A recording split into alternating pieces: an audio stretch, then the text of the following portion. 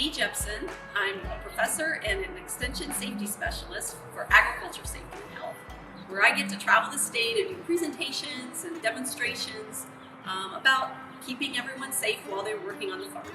So for farm safety, we have all kinds of audiences, right? The minute they're young folks on the farm, all the way to our senior farmers. And so at what stage of development are they, and what messages and lessons do they need? The most exciting part of my job is that I never get to do the same job the same every month. Because, on the farm, the seasons change, the weather changes, and so our farm activities change. Our types of equipment will change, the livestock will change, depending on whatever we're doing. So everything from tractors to tillage, to large combines, to grain bin safety, ATV safety, livestock safety, you name it, it's always changing. The best part of my job is helping people. Basically, I have two missions, right? We have to teach about the hazards and then prevent them from becoming an injury or a statistic. And so when I get to hear back from folks about, that was an interesting concept, or I never thought about safety that way, then I know that I've applied an everyday common safety message in a fun and interactive way. Because I also use a lot of cool and fun props. I definitely dwell upon my science skills whenever we're looking at biology. Corn will mold. It's not like gravel out in a field. It's a biological product. So as it molds, insects are around it. What's that got to do with safety? Well, farmers can drown in grain.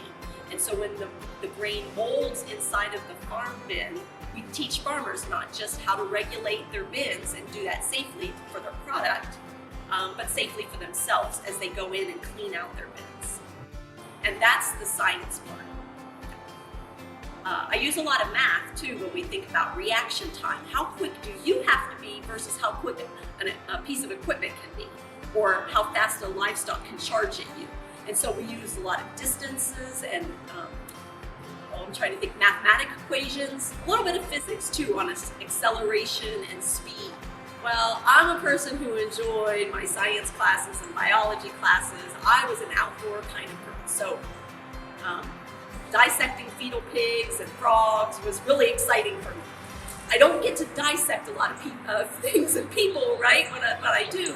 But what I do is talk about what those effects of the body are. So if you're breathing in bad fumes or dust, or if you're exposed to a lot of noise exposure, I really tie in what I learned from my biology classes and the human physiology part of our bodies towards the safety and health practices.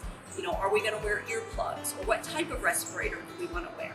Well, I can say the word sensors. I love sensors. We can put sensors in large pieces of equipment that will detect when fire could be starting up.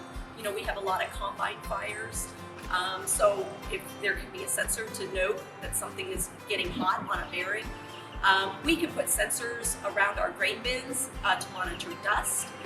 We can have remote, our wearable technology, similar to like our Fitbit that tracks our heart rate and how many steps we've taken. Well, what about a Fitbit that monitors when we're in a loud environment and need to put our earplugs in?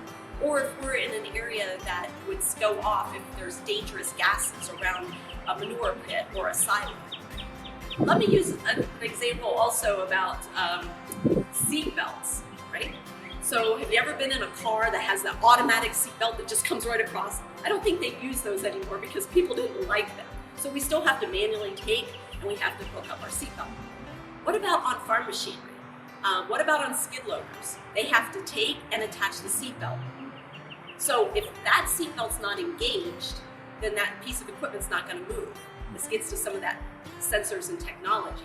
So what do farmers do? They just click that seatbelt behind their seat, right? So that it doesn't annoy them anymore. Well, so there we had a great technology and a great solution to safety, that this equipment is not going to move until the operator's in his or her seat with the seatbelt. Well, now the person has just de-engineered our best technology. So now, as a safety specialist, I have to rethink how can we make this sensor work better for us. So if you want to go into a career like mine, know that you can have a very wide background of experiences. My job takes into account education, it takes into account engineering, And it also takes into account public policy about how do we establish rules, not just rules on the farm, but like big rules, like how do we drive safely on the road, or what is the, what's an OSHA rule over how we do our day-to-day work. So if you have any type of interest for technology and people and how to keep people safe, then this job would be fun for you as well.